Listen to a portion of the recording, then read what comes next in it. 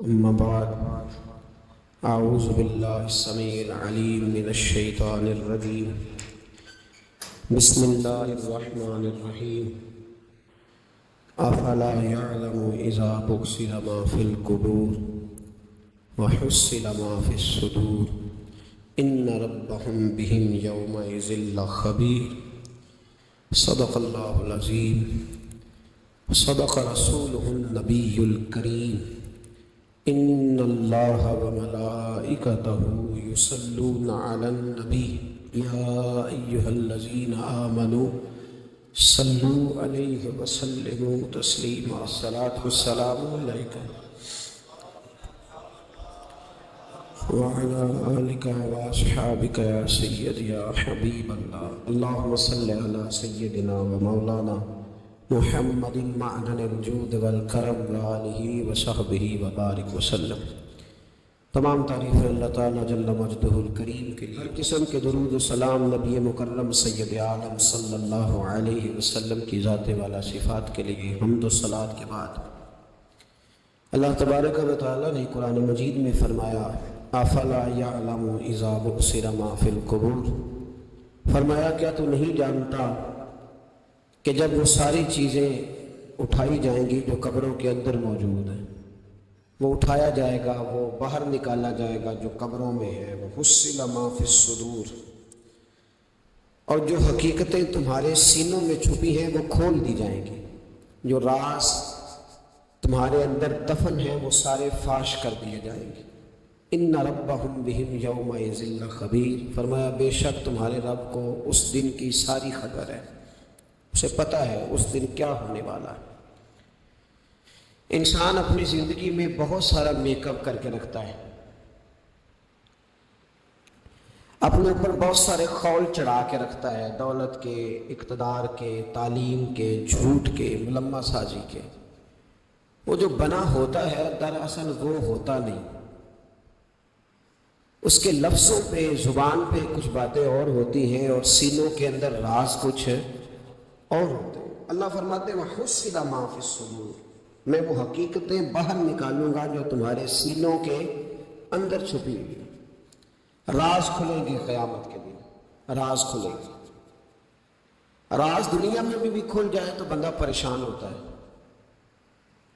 لیکن نبی پاک علیہ الصلوۃ والسلام نے اس بات پر کس قدر زور دیا، فرمایا مسلمان کی پردہ پوشی کرنا، اللہ تمہاری پردہ پوشی کرے گا، راز نہ کھولنا۔ اس کا مطلب ہے راز کھولنے کا بڑا نقصان ہوتا ہے۔ کسی کا راز اگر تمہارے پاس ہے تو اس راز کو راز رکھنا، حضور نے جاسوسی سے منع کیا، فرمایا کسی کا تجسس نہ کر، ڈھونڈنا اس میں عیب کتنے ہیں۔ فرمایا اگر تو کسی شخص کے عیب تلاش کرے گا تو اللہ تجھے رسوا کر دے گا۔ منع فرمایا، پرہیز کرنے کا حکم دیا۔ آپ کو پتہ ہے کسی کے گھر میں جھانکنا بڑا سخت شریعت میں ممنوع ہے، آپ کسی کے گھر جھانک نہیں سکتے۔ بزرگ فرماتے ہیں اگر کسی نے کسی کے گھر جھانکا تو سامنے والے کو اجازت ہے کہ وہ نوکیلی چیز لے کے اس کی آنکھیں نکال دے۔ کیوں کسی کی پردہ داری، اس نے پردہ دری کرنے کی کوشش کی؟ جو چھپی ہوئی چیزیں ہیں انہیں چھپا رہنا چاہیے۔ یہی بہتر ہے کہ پردوں میں وہ پردہ پوش رہے، اگر وہ پردہ اٹھا دے تو پھر کسے ہوش رہے۔ جو چیزیں جہاں ہیں انہیں ٹٹولنے کی کوشش نہ۔ ہمیں بڑا شوق ہے جاسوسی کا، ہمارے ملک میں جب سے سوشل میڈیا آیا ہے تب سے تو ہر چیز وائرل ہونے لگ گئی ہے نا۔ اب تو فٹافٹ جو بھائی چھوڑ دیں تھوڑی دیر کے لیے، ایسی خبریں بھی میدان میں لائی جاتی ہیں جن خبروں کا کوئی وجود سرے سے ہے ہی نہیں۔ کیا ہم نے حساب نہیں دینا اللہ کی بارگاہ میں؟ وہ بات، وہ خبر جس کا پوری طرح کوئی وجود ہی نہیں۔ میڈیا چینل بہت زیادہ ہیں، میری ان سے اپیل ہے کہ خدا را خبر کو خبر بنا کے چلائیں، جو خبر ہے ہی نہیں اس کو آپ نے کیسے خبر بنا کے چلا دیں؟ آپ لوگوں کی پردہ دری نہ کریں، آپ عزتوں کے محافظ بنیں۔ جو بات جس کی کوئی حقیقت ہی نہیں ہے اس کو اتنا مسالہ لگا کے میدان میں لانا، کہ ہم ڈرتے نہیں اللہ تعالیٰ سے؟ بلیک میل کر کے لوگ ایک دوسرے کو وقت گزار رہے ہیں، یہ مسلمان کا طریقہ نہیں ہے۔ میرے عزیز، جب راز کھلتے ہیں تو نقصان ہوتا ہے، جب راز کھلتے ہیں تو نقصان ہوتا ہے۔ راز رکھیں۔ میرے نبی پاک علیہ السلام نے ایک نصیحت فرمائی ہے، ذرا غور سے آپ نے سنی یہ بات۔ حضور نے فرمایا اگر تم کوئی کبیرہ گناہ کر بیٹھو تو اس کا اعلان نہ کرو۔ پھر سمجھنا ہے بات کو آپ نے، اگر کبیرہ گناہ کرو تو اس کا اعلان، امام اعظم ابو حنیفہ رحمۃ اللہ علیہ فرمایا کرتے جس کی نماز قضا ہو جائے وہ کسی کو بتائے نہ میری قضا ہو گئی ہے۔ کیوں بھلا؟ اس لیے کہ لوگ کہیں گے کوئی مسئلہ نہیں، اس نے قضا کیا تو میں بھی کر لیتا ہوں۔ جب لوگ گناہوں کا اعلان سنتے تو گناہوں پہ دلیر ہوتے، انسانوں کو دیکھ کر انسان اثر لیتا ہے۔ جب آپ کسی کو کہیں گے نا کہ میں نے یہ بھی میں تو بڑا کچھ کرتا، ہمارے یہاں تو اللہ تعالیٰ معاف کرے کئی سیانے بندے بڑے فخر سے بتاتے ہیں میں یہ بھی کیا کرتا تھا، میں نے سب کچھ کر کے دیکھا ہے، بڑے پاپ کیے، سارا کچھ کیا۔ یہ بتانے والی بات ہے، کوئی فخر والی بات ہے، شرم والی بات ہے، اور آپ دلیری سے بتا رہے ہیں۔ یہ تو وہ مقام تھا جہاں زبان لڑکھڑانی چاہیے تھی بات کرتے، آپ دلیری سے بتا رہے ہیں میں نے سارے رنگ دیکھے زندگی کے۔ یہ وہ کمال ہے؟ یہ تو کافر، جابر، فاسق، ظالم، لٹیرے سارے یہ کام کرتے، کوئی دکھانے سنانے والی بات ہے؟ تو نبی پاک صلی اللہ علیہ وسلم نے منع فرمایا اس کی توبہ کرنی چاہیے، اس کا اعلان نہیں کرنا چاہیے، اس سے معافی مانگنی چاہیے، اس کا اعلان کرتے پھرتے۔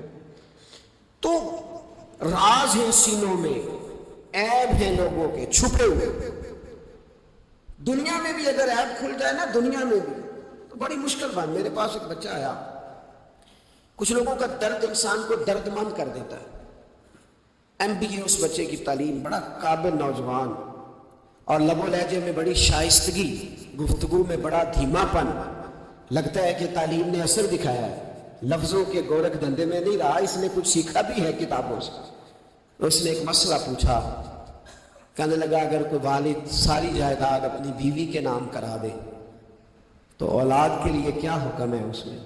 تو میں نے کہا کہ وہ اللہ کو جواب دے گا، اولاد سختی تو نہیں کر سکتی، لیکن اس کو چاہیے نہ تھا ایسا کرتا، اس لیے کہ نبی پاک علیہ السلام نے فرمایا فاتقوا اللہ فاعدلوا اولادکم، اللہ سے ڈرو، اپنی اولاد میں انصاف کرو۔ تو میں نے اس کو کہا کہ یہ آپ نے کس طرح کا مسئلہ پوچھا ہے؟ کوئی شخص اپنے ساری جائیداد کسی کی بیوی کے نام کرا دے؟ تو میں نے کہا کہ جو اس کی بیوی ہوگی وہ آپ کی اماں بھی تو ہوگی نا۔ شائستہ نوجوان تھا، اچھا تھا، وہ میری بات کا غصہ کر گیا، کہنے لگا آپ سے تو امید نہیں تھی کہ آپ پوچھیں گے، آپ نے بھی پوچھ لیا۔ مجھے احساس ہوا کہ یار نہیں پوچھنا چاہیے تھا۔ تو میں نے کہا یار آپ بڑے ناراض ہو گئے، میں اگر آپ کو ایسی بات ہے تو معذرت کرتا ہوں۔ تو وہ شخص رونے لگ گیا۔ جب اس نے بات سنائی تو اس بیچارے کا وجود کانپ رہا تھا، کہنے لگا ابا نے پچھلی عمر میں شادی کر لی ہے۔ تو میں نے کہا اس کو اللہ رسول اجازت دیتے ہیں؟ تو آپ کہنے لگا جی وہ تو بات ٹھیک ہے، پر کچھ ایسی باتیں سامنے آئی ہیں کہ جو سامنے نہیں آنی چاہیے تھی۔ حضرت جی میں جوان ہوں، میں 10-12 لوگوں میں اٹھتا بیٹھتا ہوں، میرے والد کی بات کھلی ہے، اور پتہ نہیں کیا معاملہ تھا، پہلے بڑا کچھ نام کرا کے اس نے نکاح کیا ہے، پر اب میں کدھر جاؤں؟ میرا گلی میں کھڑا ہونا مشکل ہو گیا ہے۔ مجھے کوئی کہتا تو کچھ بھی نہیں، لیکن جب لوگ دیکھتے ہیں نا میری طرف، جب لوگ میری طرف دیکھتے تو مجھے احساس ہوتا ہے کہ ان کی نظروں میں سوال ہیں، مجھے لگتا ہے کہ ان کی ذہنوں میں بہت ساری باتیں چھپی ہوئی۔ کچھ نکاح ہوتا تو بات اور تھی، کچھ ایسی باتیں سامنے آئی ہیں جو آنی۔ میں نے اسے معذرت بھی کی، اسے تسلی بھی دی، اور جو میرے سے ممکن ہو سکتا تھا میں نے اس کو کہا۔ لیکن اس نوجوان کے جانے کے بعد اس کی رستوں کو بھی میں دیکھتا رہا تو میں سوچنے لگ گیا یار دنیا میں ہمارا راز کھل جائے تو اتنا مشکل ہو جاتا ہے، تو جب قیامت میں راز کھلے گا؟ دنیا میں دیکھیں نا، ہمارے یہاں لوگ اگر برا جانتے بھی ہیں تو وہ اللہ ماشاءاللہ معاذ اللہ غیبت کرتے ہیں، سامنے آ کے بات، یہی مزاج ہے نا معاشرے کا کہ لوگ بہت بڑا ظلم کرتے ہیں، اپنی جان پر غیبت کرتے ہیں، سامنے آ کے بات، تو قیامت میں تو ہر چیز سامنے ہوگی، ہر چیز سامنے آ جائے، کھل کے بات سامنے آئے، کس نے کیا کیا، اپنے عہدے کے ساتھ جس جگہ وہ بیٹھا تھا اس منصب کے ساتھ اس نے کتنی وفا کی یہ بھی پتہ چلے گا، کتنا دھوکہ دیا یہ بھی خبر ہوگی۔ بہت سارے لوگ جعلی ڈگریاں لے کے نہیں بیٹھے ہوئے، لے لیا نہ ہوگا، ان کی تنخواہ جائز ہے ان کے لیے، بولے تو یہ راز کھلے گا کہ نہیں کھلے گا قیامت میں؟ حد ہو گئی اس ملک کے اندر کہ یہ 1 درجن بندے کی بات نہیں، یہ 1.5 درجن بندہ نہیں، یہ تو کیا بتائیں۔ اور ہم دنیا میں اپنا کون سا منہ لوگوں کے سامنے کریں کہ یہ ایک لائن ہے لمبی، ڈگری جعلی، کاغذ کا ایک ٹکڑا لیا تو وہ بھی جعلی۔ میرے عزیز یاد رکھیں اور ضرور اس پر غور کریں، یہ چیزیں جب قیامت میں کھلیں گی تو مسائل پیدا کریں گی، اور اللہ کہتا ہے میں کھولوں گا، میں یہ تمہاری چیزیں، جو ٹیچر، جو ڈاکٹر، جو کلرک، جو بیوروکریٹ 2 سال کی چھٹی لے کے سیر کرنے چلا جاتا ہے اور وہاں لکھ کے دے جاتا ہے کہ مجھے بخار چڑھا ہوا ہے، میں تو بڑا سخت بیمار ہو گیا ہوں، تو میرے اندر کا سارا نظام گڑبڑ ہو گیا، دوائی لینی ہے، ٹھیک ہے چھٹی مل گئی، قانون میں کمزوریوں کا فائدہ اٹھایا، تو جب قیامت میں راز کھلے گا کہ یہ تو سیر کرنے گیا تھا، موج کرنے گیا تھا۔ یہاں تو لوگ نوکری لے کے خوشحال ہو جاتے ہیں، کہتے ہیں جی اللہ کا بڑا فضل ہے، میں 2 گھنٹے جاتا ہوں۔ میں نے کہا فضل نہیں، یہ آزمائش ہے، یہ شرم والی بات ہے جو دلیری سے تو کہہ رہا ہے، یہ شرم حیا والی بات ہے۔ تو 8 گھنٹے کی، میں نے پہلے بھی بتایا تھا، محدث اعظم پاکستان حضرت مولانا سردار احمد صاحب رحمۃ اللہ تعالیٰ علیہ ایک استاد کو رکھنے لگے ادارے میں پڑھانے کے لیے۔ استاد کے ساتھ وظیفہ طے ہوا، سمجھ لیں کہ 10,000 روپیہ تجھے ماہانہ دیں گے، صبح 8 بجے سے لے کر 1 بجے تک تمہیں پڑھانا ہے۔ استاد نے سائن کر دیے پڑھاؤں گا، تو آپ فرمانے لگے استاد جی آپ روٹی نہیں کھائیں گے اس دوران، پیشاب نہیں آئے گا آپ کو، پانی نہیں پیئیں گے؟ حضور پینا ہے، تو فرمانے لگے لکھا کیوں نہیں؟ آپ نے مسلسل 1 بجے تک بیٹھنے کا لکھ دیا ہے، تو بتائیں جب آپ پیشاب کرنے جائیں گے تو وہ آپ کا کام کہاں لکھا جائے گا؟ آپ نے لکھ کے دیا ہے کہ میں اتنی ڈیوٹی کروں گا، تو آپ کو سمجھنا چاہیے تھا، کہنا چاہیے تھا کہ میں روٹی بھی کھاؤں گا، پانی بھی پیوں گا، اگر پڑھاتے تھک جاؤں گا تو تکیے پہ لیٹوں گا بھی۔ کیوں آپ نے یہ معاہدہ ایسا کیا؟ وہ شخص کہنے لگے حضور آپ میری رہنمائی فرمائیں۔ فرمایا یہاں لکھو کہ میں مسلسل، تو کسی بندے کی پہنچ ہی نہیں ہے کہ وہ اتنا بیٹھ سکے۔ تو ہمارے ہاں جب یہ چیزیں قیامت میں کھلیں گی تو کیا بنے گا؟ آج راز کھلتا ہے تو آزمائش کھڑی ہو جاتی ہے، وظائفیں کر کر کے لوگ تھک جاتے، جب قیامت میں راز کھلے گا۔ میں تاجر کی بات بعد میں کروں گا، میں سیاستدان کی بات بعد میں کروں گا، میں پہلے پیر صاحب کی بات کرتا ہوں، پہلے علامہ صاحب کی بات، میں اپنی ذات سے شروع کرتا ہوں۔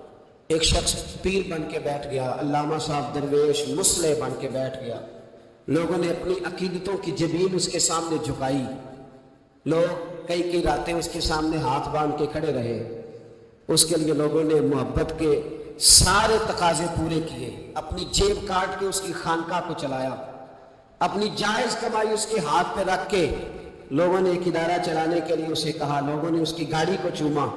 میں لاہور میں تھا چند دن پہلے، تو گٹر کے اندر گاڑی کا ٹائر چلا گیا، تو میں نے بچے سے کہا کہ کوئی ایسی چیز منگائی جائے، کوئی لکڑی ایسی ہو جائے جو پیچھے رکھی جائے تو گاڑی کو پیچھے موڑیں گے۔ آپ یقین کریں 5-6 لوگ دوڑے آئے، انہوں نے کہا اٹھاتے ہیں آپ گاڑی پیچھے کریں، تو میں نے کہا کپڑے بھر دے، کہنے لگے حضرت صاحب چھوڑیں، کپڑے بدل بھی جائیں گے، ہمیں اللہ نے موقع دیا۔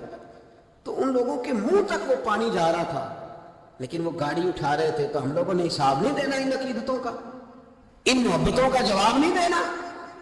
اتنی عقیدت کو شخص کرے کہ وہ گندے پانی منہ تک لے جانا پسند کرے کہ یہ شخص نیک ہے تو میں نے اس کی نوکری کرنی ہے، تو اگر وہ شخص جھوٹا ہو، اگر وہ شخص بنا ہوا ہو، اگر وہ اپنا قد اونچا کرنے کے لیے مذہب کا نام استعمال کر رہا ہو، مذہب اس کا مشن نہ ہو، بلکہ مذہب پیسے کمانے کے لیے اس نے اختیار کیا ہو، دولت کٹھی کرنے کے لیے، تو آج تو چلو ٹھیک ہے، لوگ بیچارے عقیدتوں اور محبتوں کا خراج دیتے رہیں گے، لیکن وَحُصِّلَ مَا فِي الصُّدُورِ، جب قیامت میں پردہ کھلے گا، قیامت میں پردہ کھلے گا۔ میں نے کہا تھا کچھ جمعے پہلے، پھر بات دہراتا ہوں، ایک درویش شخص ہیں، وہ کہتے ہیں میں زندگی میں کبھی نہیں کام پاتا، ایک طوائف مجھ پہ راشا طاری کر گئی، طوائف، کہتے ہیں میں نے جبہ کبہ پہنا تھا، طوائف میرے پاس سے گزر رہی تھی، تو میں نے اس کو کہا کہ بچے باز آ جا، اللہ اللہ کیا کر، چھوڑ دے، تو اس نے نقاب آگے کر لیا، کہنے لگی بابا میں تو آپ کی بات پر عمل کروں گی، پر ایک جملہ کہنے کی اجازت ہے؟ تو میں نے کہا بیٹی کہہ لو، تو کہنے لگی بابا میں تو جو نظر آ رہی ہوں نا وہی ہوں، جو نظر آتی ہوں وہی کہلاتی ہوں، تو بتا تو جو کہلاتا ہے وہ جو نظر آتا ہے وہی کہلاتا ہے کہ کچھ اور بھی ہے؟ تو کہلاتا کچھ ہے اور بنا ہوا ہے کچھ اور، تو بھی دیکھ کہ تو وہی ہے جو تو کہلاتا ہے۔ کیا حساب نہیں دینا لوگوں نے؟ باہر نہیں آئیں گی یہ ساری چیزیں؟ تمہیں بڑا دھوکہ، اور کوئی چیز نہیں ملی استعمال کرنے کو۔ جب الیکشن آیا تو اسلام زندہ باد، جب الیکشن آیا تو اسلام زندہ باد اور اس کے نام پہ ووٹ اور اس کے نام پہ سارا کچھ، اور جب تھوڑا سا اللہ تعالیٰ خیر فرمائے حالات بدل گئے، 2-3 سیٹیں مل گئیں، تو پھر کسی بھی حکومت کے پاس جا کے 2 وزارتیں لے لی۔ میرے پاس بھی لوگ آتے رہتے ہیں۔ ہماری قوم کو سب کو سیاستدان بنا دیا گیا ہے۔ اس طرح سیاستدان کا کوئی پتہ نہیں نا کس پارٹی کا ہے، اس طرح عوام کا بھی اب یہ سارا نفاق ان لوگوں نے برپا کیا ہے، یہ ان لوگوں نے لوگوں میں بات اچھالی ہے۔ لوگ بھی اس کو بھی کہہ دیتے ہیں تیرے ساتھ ہیں، اس کو بھی کہہ دیتے ہیں۔ کیا کریں؟ ان کے شر سے بچنے کے لیے ایسا کرتے ہیں، ورنہ شر پھیلاتے ہیں۔ ایک صاحب میرے پاس آ گئے۔ اب جب آپ کے پاس کوئی شخص آتا ہے تو آپ دروازہ تھوڑی بند کر سکتے ہیں۔ آ گئے ملنے کے لیے، انہوں نے آ کے نہ موبائل نکالا، کہنے لگے 100 سے زیادہ تقریریں ہیں آپ کی تقریر سنے بغیر میں سوتا نہیں۔ آئے سیاسی مقصد کے لیے، میں آپ کی تقریر سنتا ہوں۔ میں نے کہا اللہ آپ کو جزائے خیر دے، مجھے تو پوری دنیا سے لوگ کہتے ہیں تقریر سنتا ہوں، چلے مہربانی ہے، مجھے تب فائدہ جب کوئی تقریر سن کے اثر بھی کرے، تو چلے خیر آپ کہہ رہے ہیں تو اچھی بات ہے۔ انہوں نے اس پر اور تھوڑا زور دینا شروع کیا، تو کئی دفعہ نا تکلیف ہوتی ہے کہ یار آپ کیا سمجھتے ہیں سامنے والا پاگل ہے، بیوقوف ہے، اور جو ساتھ لے کے آنے والے ہوتے ہیں وہ بھی خیال نہیں کرتے ہم کیا کہہ رہے ہیں۔ آپ پاگل سمجھ رہے ہیں سامنے والے کو کہ آپ جھوٹی تعریف کریں گے سامنے والا مان جائے گا؟ ڈرنا چاہیے اللہ تعالیٰ سے۔ یہ بڑی تکلیف جی، آپ وہ جو آپ نے ایک موقع پہ کہا تھا، میں نے اسے کہا، میں نے کہا صاحب آپ نے 10 دفعہ کہا ہے تو میں نے سن لیا ہے، لیکن مجھے 1% بھی خوشی نہیں کہ آپ مجھے سنتے ہیں۔ یہ کام آپ الیکشن کے بعد آ کے میرے ساتھ کرتے ہیں تو مجھے بڑی خوشی ہوتی ہے، مجھے تسلی ہوتی ہے کہ آپ واقعی مجھے سنتے ہیں۔ یہ کیا بات ہوئی؟ پتہ نہیں اب آپ کس کس کو جا کے یہ کہیں گے، کس کس کے ساتھ آپ یہ زاویہ نگاہ لگائیں گے۔ جو تجھے دیکھ کے پھر کسی اور کو بھی دیکھے، جو تجھے دیکھ کے پھر کسی اور کو بھی دیکھے، تماشائی ہے وہ طالب دیدار نہیں۔ تو میں نے کہا آپ تماشائی بن کے نہ آئے، مہربانی فرمائیں، جائیں کہیں اور جا کے۔ کیا سمجھا لوگوں نے؟ جس طرح کا موڈ آئے گا جس کے ساتھ آپ جائیں گے۔ اب تو اتنا ماحول عجیب ہو گیا، پہلے کو کسی بزرگ سے ملتا تھا نا، کسی کو نیک سمجھ کے تو کہتا تھا حضرت میرے لیے دعا کرنا، اب کو ملتا تو کہتا ہے حضرت جی آؤ دیکھا جی تہاڈی سیلفی لینی ہے۔ یہ کون سا دین؟ آپ مذہب کے نام پہ بھی وہی ملما سازی، وہی بناوٹ۔ تو جب راز کھلے گا، حصل ما فی الصدور، جب سینوں کی چیزیں باہر آئے، میں کہتا ہوں آج راز کھل جائے، مشکل ہو جاتا ہے، لوگ وضاحتیں دیتے پھرتے ہیں۔ جب قیامت میں راز کھلیں گے، سب سے پہلے دیندار شخص کو دیکھنا چاہیے۔ میرے نبی پاک علیہ السلام نے فرمایا سب سے پہلے جہنم میں ریاکار عالم دین کو ڈالا جائے گا۔ عالم کو سب سے پہلے دوزخ میں ڈالا جائے گا، اس لیے کہ اس نے اپنا قد اونچا کرنے کے لیے دین کو ٹیشو پیپر بنایا۔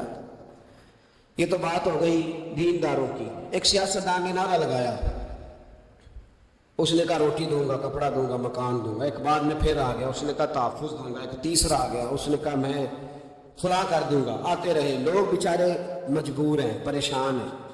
ہمارے ملک میں PhD کرنے کے بعد لوگوں نے چائے کے ڈھابے بنائے ہوئے ہیں، لوگ آزمائش کا شکار ہیں۔ کدھر جائیں؟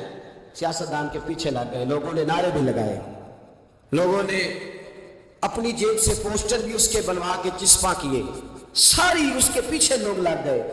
اب ہمیں تو نہیں نہ پتا تھا کہ وہ تو غریبوں کے جذبات سے کھیل کر اپنا قد اونچا کرنے جا رہا ہے، وہ تو ہوس اقتدار کا پجاری ہے، وہ تو صرف کرسی کے لیے لوگوں کے جذبات سے کھیل رہا تھا۔ اس نے تو اتنے زبردست نعرے اس لیے سکھائے تھے کہ لوگ میرے پیچھے لگ جائیں، کسی کی مجبوری کا نام لے کے اسے پیچھے لگا کے پھر وہ اپنے ذاتی مفادات لینا چاہتا تھا۔ اللہ فرماتے ہیں دنیا میں تو دھوکہ دے لے گا، پر وَحُصِّلَ مَا فِي الصُّدُورِ، میں راز کھول دوں گا۔ ایک حدیث سنانے لگا جو آپ نے رٹ کے یاد کرنی ہے، کر لیں گے انشاءاللہ؟ بولیے سارے کہیے انشاءاللہ، کر لیں گے یاد ماشاءاللہ سے؟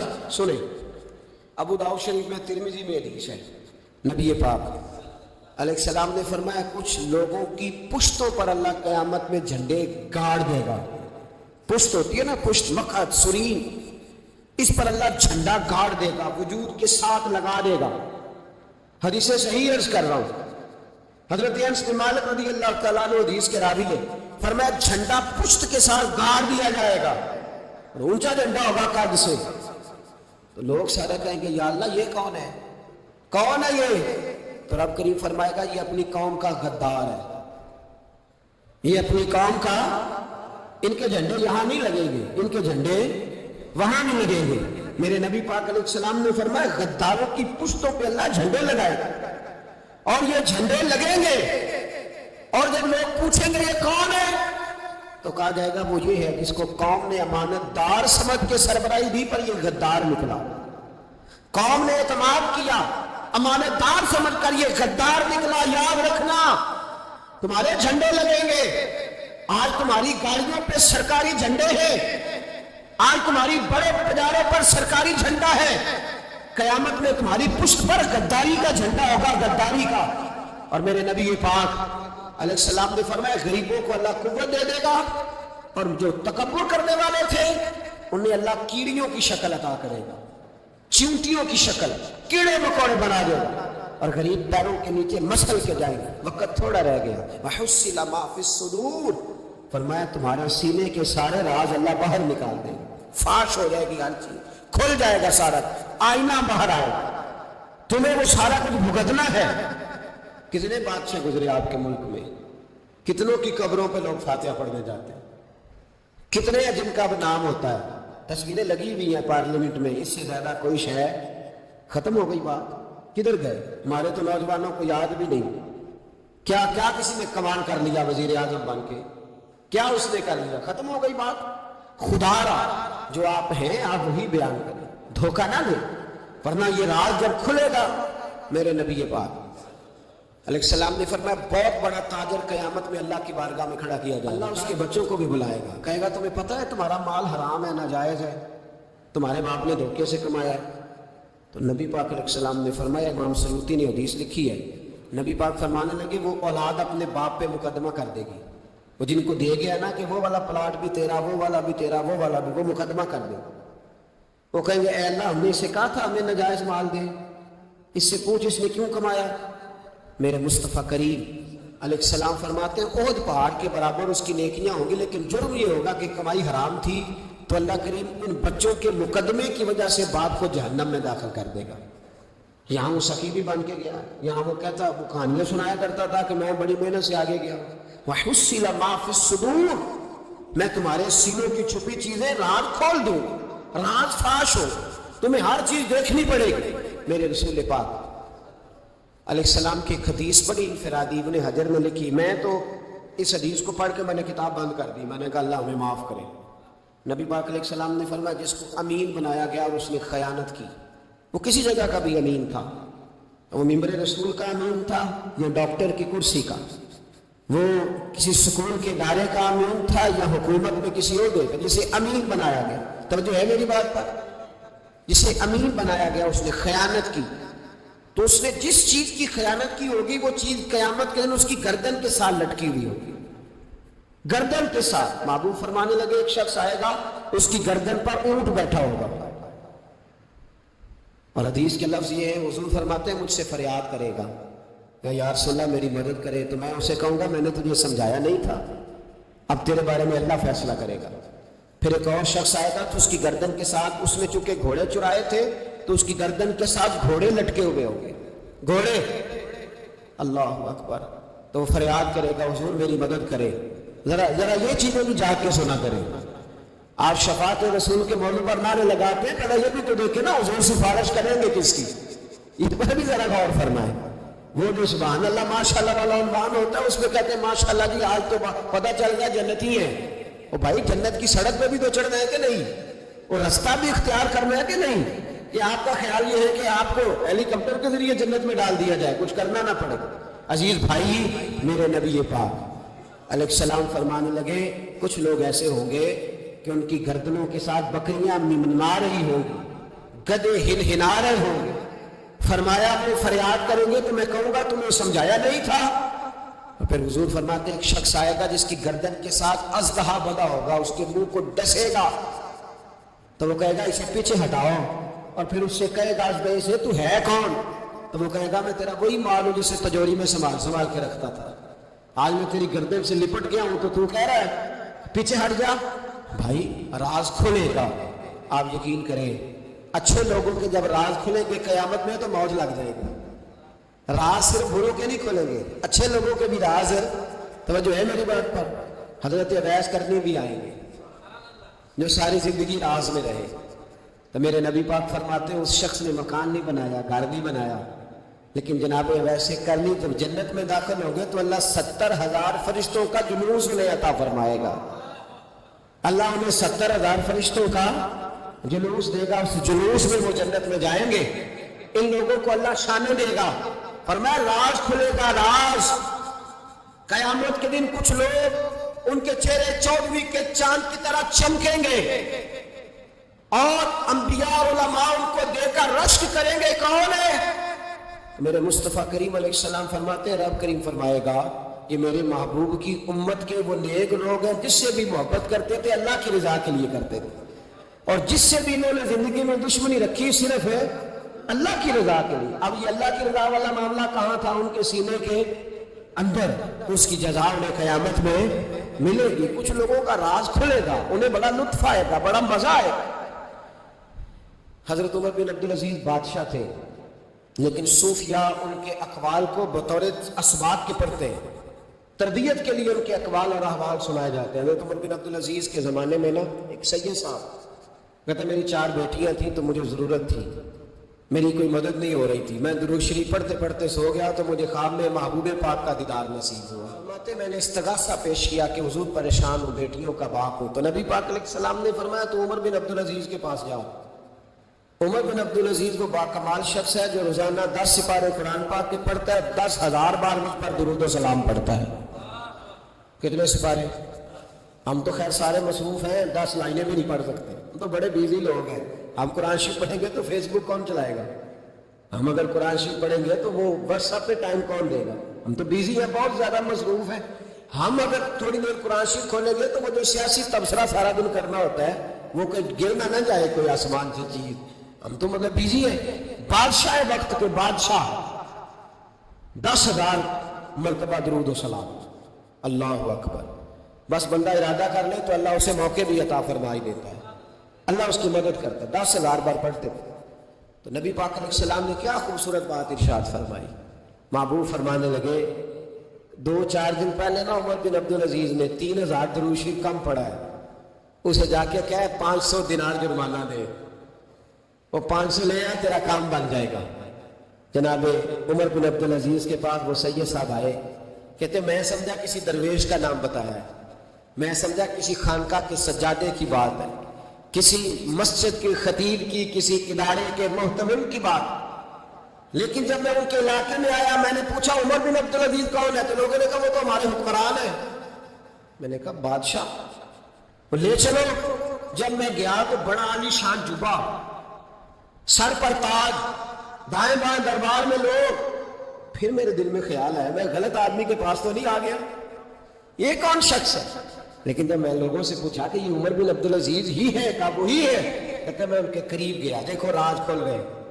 کہتے میں کان میں جا کے کہا 10,000 درود شریف پڑھتے ہو؟ کہتے انہیں شاخ لگا, جھٹکا, یوں دیکھا تجھے کس نے بتایا؟ میں نے کہا کوئی ہفتہ سوا پہلے 3,000 کم بھی پڑھا ہے. کہتے ہیں وہ تو ٹھٹھرنے لگے, فٹافٹ میرا بازو تھاما, کھولنے میں لگے, کہنے لگے یہ تو میری بیوی کو بھی نہیں پتا کہ میں پڑھتا ہوں, یہ تو میرے خاص خادم کو بھی نہیں پتا, یہ تو میرا اور خدا کا, میرا اور مصطفیٰ کا راز ہے, اللہ رسول سے میرا راز ہے, تجھے کیسے پتا چلا؟ کہتے ہیں سید صاحب کہتے ہیں میں نے ان سے کہا کہ جن کے ساتھ آپ کا راز ہے مجھے انہوں نے بتایا ہے, رازدار نے بتایا ہے. اور محبوب نے فرمایا میں سید ہوں, مجھے گھر میں ضرورت تھی, صدقہ زکوٰۃ لے نہیں سکتا. مجھے حضور نے کہا جا اسے کہا تجھے 500 دینار دے. کم پڑھا درود شریف؟ تو کہتے ہیں حضرت عمر بن عبدالعزیز ایک ستون کے پاس چلے گئے اور ستون پر انہوں نے بازو رکھے, چہرہ رگڑ کے چیخے مار کے روئے, تو امیر حرم, میں غریب بے نوا, تو کجا من کجا, کتھے مہر علی تے کتھے تیری ثنا, گستاخ اکھیں کتھے جاڑیاں, کیسے آقاؤں کا بندہ ہوں رضا, بول بالے میری سرکاروں کے. رونے لگے, اتنا روئے کہ ان کی تڑپ سے میں بھی رونے لگا. فرماتے ہیں میرے اندر بات تھی کہ یہ درویش ہونا چاہیے تھا, یہ ماجرا کیا ہے؟ فرماتے ہیں جناب عمر بن عبدالعزیز جب کچھ ٹھنڈے ہوئے نا طبیعت ان کی, تو بازو سے پکڑ کے مجھے ایک حجرے میں لے گئے. اس کمرے کی طرف سارا محل, سارا دربار گزر گیا, اینڈ پہ ایک حجرا آیا, باہر بڑا خوبصورت اس کے اچھا دروازہ بنا ہوا ہے, قیمتی. لیکن فرماتے ہیں جب کھول کے اندر گئے تو اندر کچا مکان, ایک مٹکا,